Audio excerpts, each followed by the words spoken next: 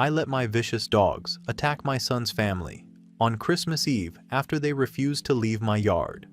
Even though I warned him not to bring his abnormal wife, who always tries to undo our special traditions, and after they left, screaming at me, I continued celebrating with his normal siblings' family. But now it's January, and they've returned to tell me they're selling my house to pay their medical bills and will sue me unless I put down my dogs. I know everyone here will probably jump down my throat because nobody respects elders anymore and people today think every tiny inconvenience is abuse. But I'm at the end of my rope, and my own sons have turned on me in the ugliest way, so I don't know where else to go besides here.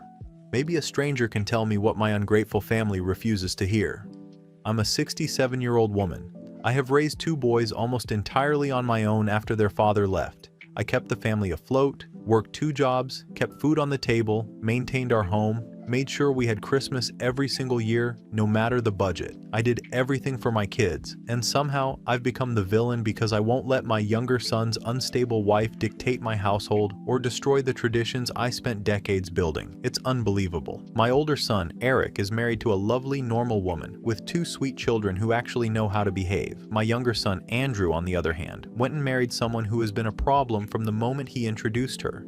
Her name is Lena, but honestly, even saying her name annoys me because everything about her feels like trouble. She's always complaining about something. I'm allergic to this. I can't handle that noise. Your dogs make me nervous. Your home is overstimulating. My body reacts poorly to stress. I can't eat XYZ, and on and on and on. It's always something. Always about her. I've called her abnormal and attention-seeking before, and I stand by that.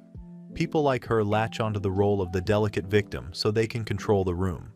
There's always some new sensitivity or issue she insists everyone cater to. Andrew tells me it's a medical condition, but in my day, people lived with their problems without turning them into personality traits. She uses hers like a weapon. She wants everything her way. She wants the spotlight. And every year since Andrew married her, she's tried to change Christmas. Our Christmas Eve tradition has been the same for over 30 years. Same meal, same schedule, same games, same photo on the stairs, same music, same candle lighting, everything done exactly the way it should be. My boys grew up with it. They loved it. They bragged about it to their friends. Then suddenly, Lena arrives and decides she's the only one who knows how things should be. She doesn't want certain foods because of allergies. She asks me to put my dogs away, even though they're part of our home. She says the lights are too bright.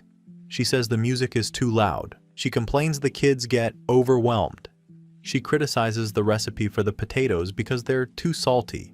Every year she tried to modify something. Every year she pushed and whined and sighed and made everything about her comfort. Every year I let it slide. Until now. I decided I was done.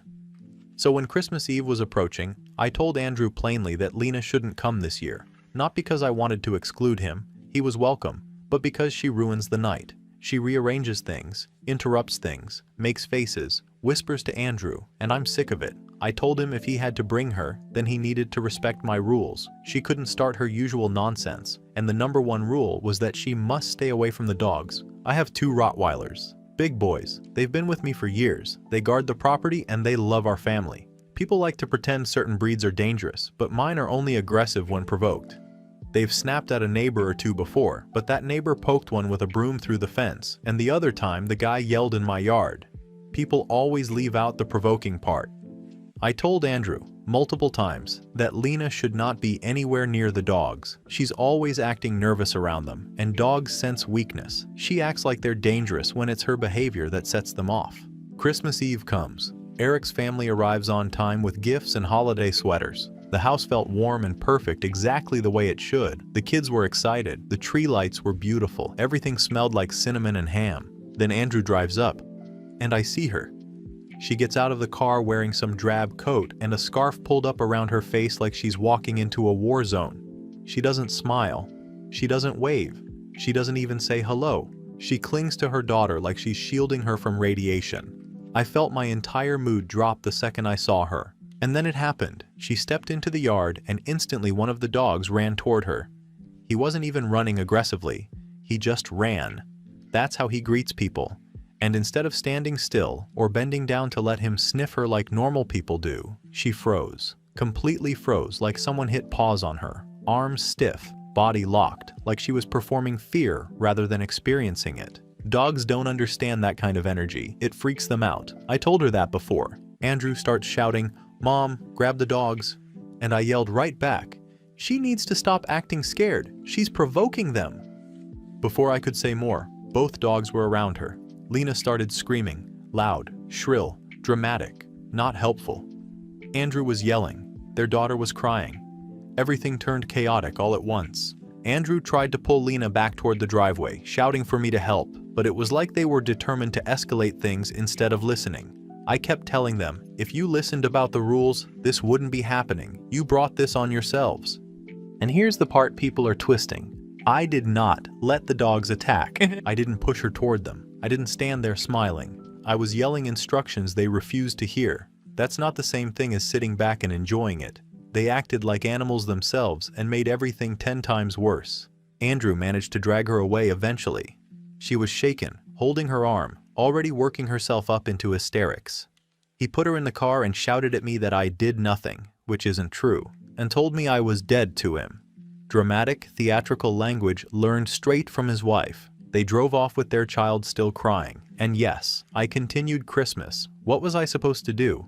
Cancel the entire evening because someone got overexcited and refused to follow house rules? Eric and his family were still there. I wasn't going to punish the people who respected me. The next morning, I posted our Christmas photos. They were lovely, smiling grandchildren, perfect lighting, everything the way it should be. Then today, the real blow. Andrew and Lena showed up unannounced.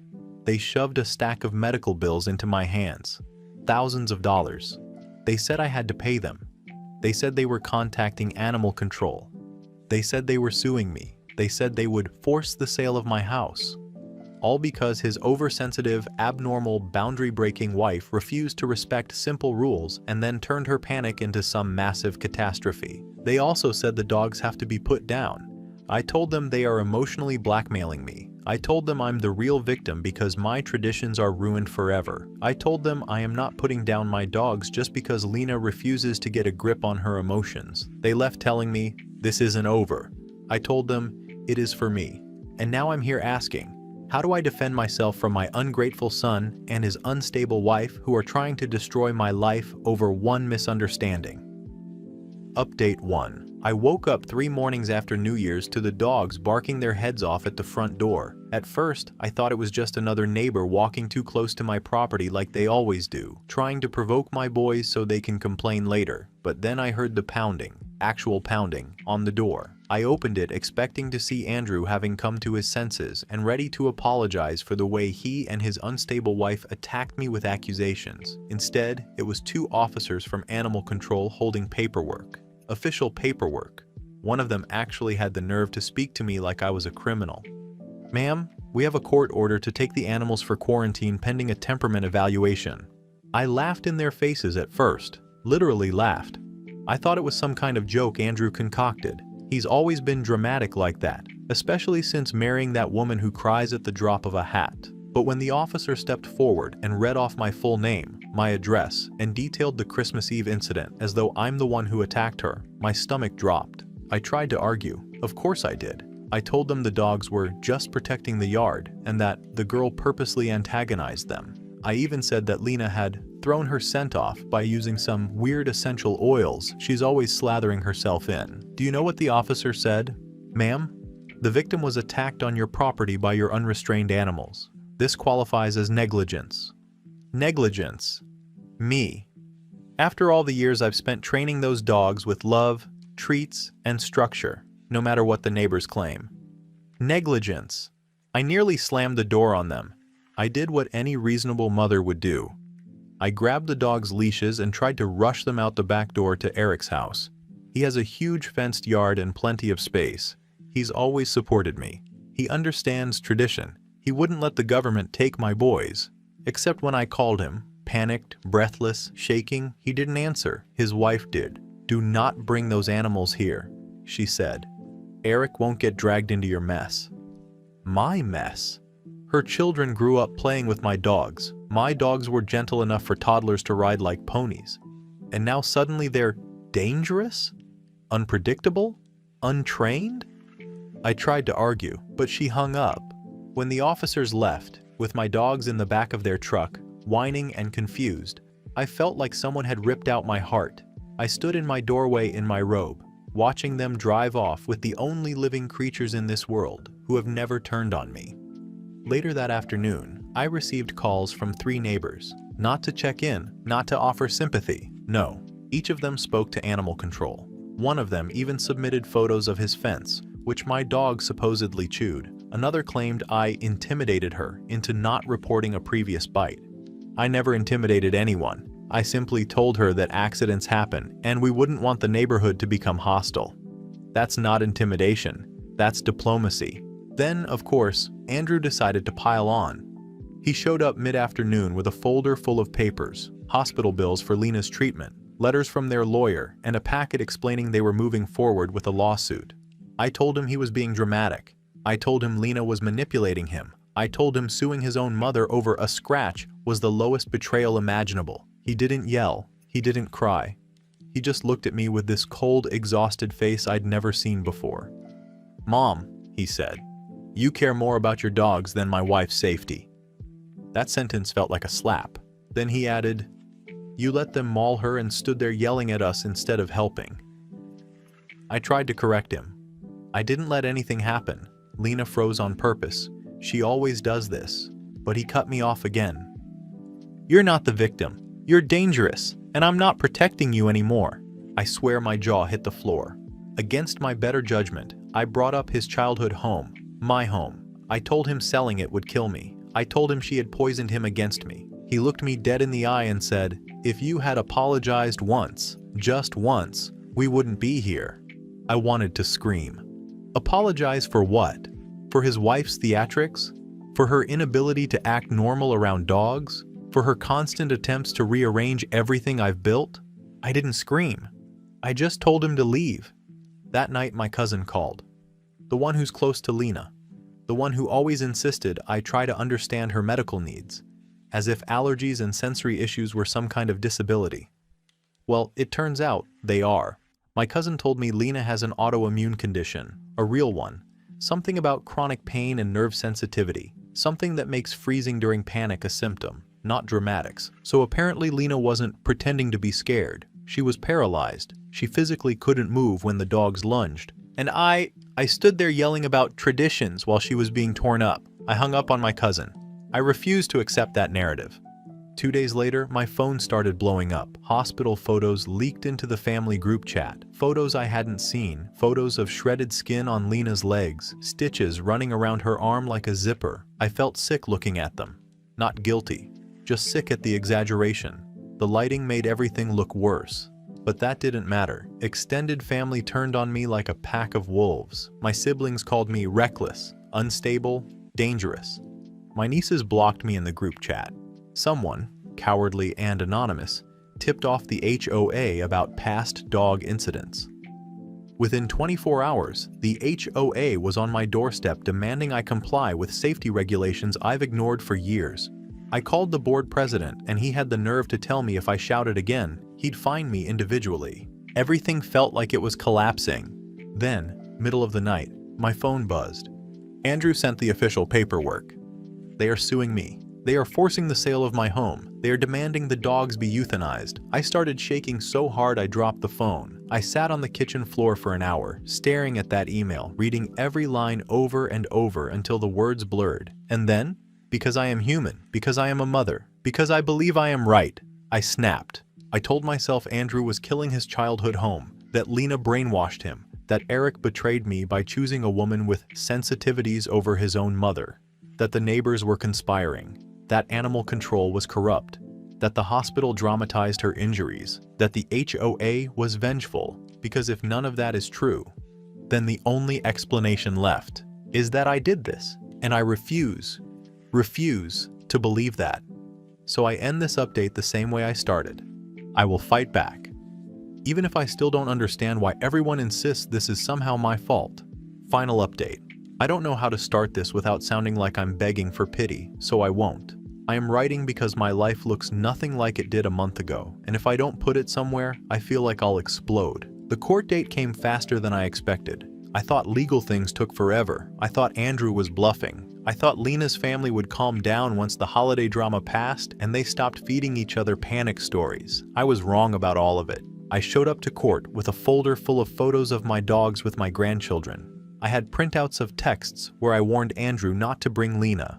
I had statements from 2 friends who know my dogs would never attack without reason. I thought if I laid it all out, the judge would see how ridiculous this lawsuit was. The judge didn't care about any of that. He talked about owner responsibility. He talked about prior incidents. He talked about failure to restrain. He read out a list of complaints dating back years. One was a neighbor I don't even like. Another was someone who moved away. Another was from the HOA. He acted like every complaint was a fact and not the neighborhood's obsession with my dogs. Then he looked right at me and said my lack of remorse was disturbing. Disturbing. Me. Like I'm a monster. I didn't shout. I didn't cry. I told him plainly that I warned them, that Lena froze, that my dogs reacted to her energy, that my property is my property. He sighed like I was a child refusing to learn a lesson. He ruled me liable, full liability, medical expenses, legal fees, fines, court costs. The whole list. He approved the forced sale of the house to cover the bills. He gave me 45 days to vacate. 45 days to leave the home I've lived in for 37 years. The home I paid off myself. The home where my Christmas Eve traditions began. Andrew sat behind his lawyer, stone-faced. Lena wasn't there. That fact should have rattled me, but it didn't. It annoyed me. She doesn't even show up in person. She sends other people to fight for her and plays the fragile victim somewhere else. I drove home alone after the hearing. I didn't call Eric. I didn't call anyone. I walked into my house and stood in the hallway staring at the coat rack like I'd never seen it before. I could hear echoes of kids running through that space. I could smell old pine in my head. I sat down on the stairs and waited for the shock to pass. It didn't. A week later came the dog evaluation results. I didn't expect good news. I knew animal control wanted to make an example out of me. Still, I was not prepared for how cold the process was. They said the dogs failed. They said the dogs were unsafe. They said euthanasia was required. The word felt like someone put a hand around my throat. I filed an appeal. I begged. I called every number on the paperwork. I told them a retest would show the truth. I told them my dogs were family. I told them they were trained by love, not by fear. They denied the appeal in 2 days. 2 days to decide the lives of the creatures who have guarded me, loved me, slept by my bed, watched my sons grow. When the animal control truck pulled up, I ran outside screaming their names. I held their collars and wouldn't let go.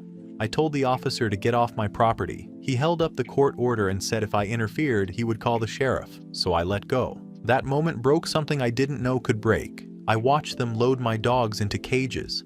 One of them kept whining, looking back at me like he couldn't understand why I wasn't stopping this. I could not breathe. I could not move. I stood there with my fists clenched so hard my nails drew blood into my palms. The officer looked at me, softer than the others, and said quietly, "They weren't trained. They were a danger. Someone was going to get hurt eventually." I wanted to spit in his face. I didn't. I just stood there while they drove away.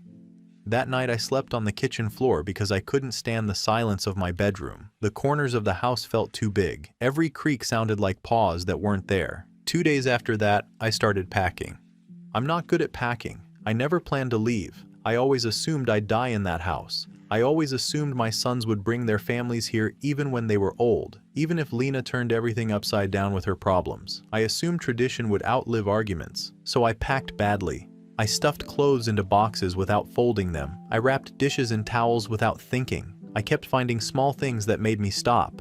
A drawing Sophie made years ago, still tucked in a cookbook. A Christmas ornament Andrew glued together in 2nd grade. A dent in the door frame from when Eric and Andrew played indoor football. Every object felt like a witness. Eric still wouldn't take my calls. When I finally reached him, I was straight to the point. I said I needed a place to stay for a bit until I found something. I reminded him I'm his mother. I reminded him his kids love this house. I reminded him how much I've done for him. He didn't budge. He said, "Mom, I'm not doing this." I asked what this meant. He said, "All of it. The dogs, the lawsuit, the way you talk about Lena, the way you handled Christmas. I can't bring that into my house." I told him he was choosing her over me, like Andrew did. He said, "No, I'm choosing safety over chaos." His wife got on the phone long enough to say one sentence. You're not safe to be around." Then she hung up. So that's it. One son suing me, one son refusing me, both of them acting like I'm a hazard to society. I moved into a rental on the edge of town. It's small. It smells like old carpet and bleach. The windows stick. The walls are thin enough to hear the neighbor's TV. There's no yard. There's no porch. There's no space where my dogs would have laid in the sun. The first night, I sat on the floor with a blanket because I hadn't unpacked anything. I stared at my phone, scrolling through photos of last Christmas before Lena ruined it. Photos of Eric's kids smiling, Andrew laughing at the table, the dogs lying near the tree. I couldn't stop zooming in on the dogs, the way they looked so normal, so loved. I don't know what to do with the rage that keeps boiling up. People keep telling me I should feel guilt. Maybe they want to see me grovel. I'm not going to grovel. I did what I thought was right in my home. I warned them. I told them the rules. I didn't invite chaos in. Chaos marched through my front gate wearing Lena's anxious face and Andrew's stubborn pride. And yet, I can't ignore what I'm losing. The house sold fast. Too fast. Like people were circling, waiting for blood in the water. Andrew's lawyers handled everything. I had no say. The check went straight toward the bills I'm now responsible for. I didn't even get to walk through the empty rooms one last time before the keys were handed over. A cousin called me last week to say Lena needed surgery because scar tissue formed wrong. She said Lena has months of rehab ahead. She said Andrew took 2 weeks off work to take care of her. She said their little girl panics around big dogs now and won't sleep alone. I felt something twist in my stomach at that. Not guilt, something more confusing, like I never imagined the damage would stick to the kid too. I assumed this would be a story they told once, a holiday gone wrong and they'd move on. Andrew is acting like I burned down his life. Maybe I don't understand injury the way they do. Maybe I don't understand Lena's condition. Maybe I don't want to.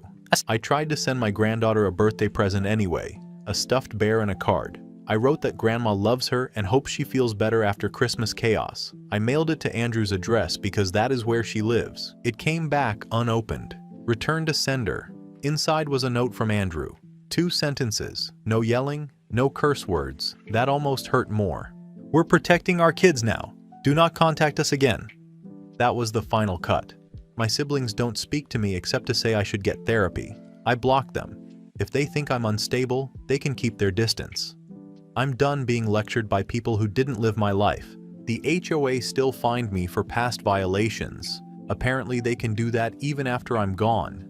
I paid it because I have to. I look at my bank account now and I don't recognize it. Every number in there feels like a punishment.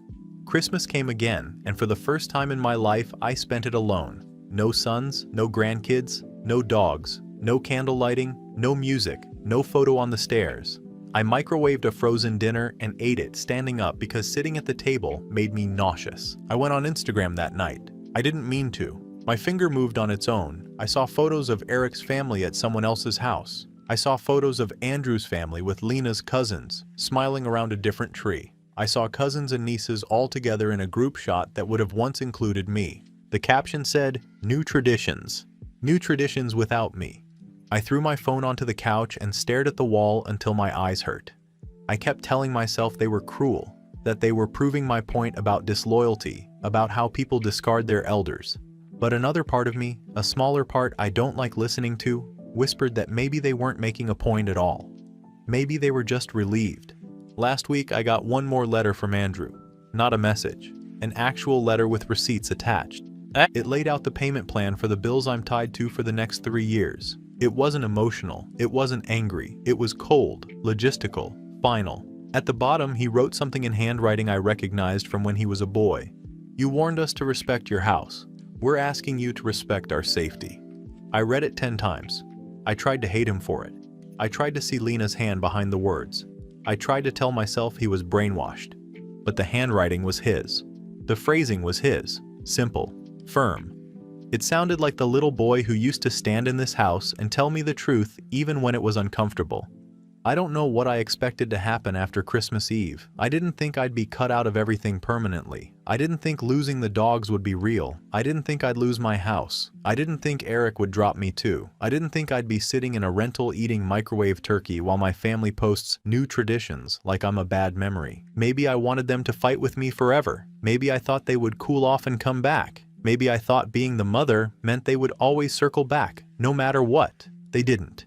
Now I wake up every morning and I don't know what I'm supposed to do with the rest of my life. I don't know if I want advice or punishment. I don't know if I'm still angry or if I'm just empty. All I know is this is what's left. A small apartment, a forced sale, 2 graves in the back of my head where my dogs used to be, a family that chose safety over me, and a tradition I clung to so tightly that it snapped in my hands.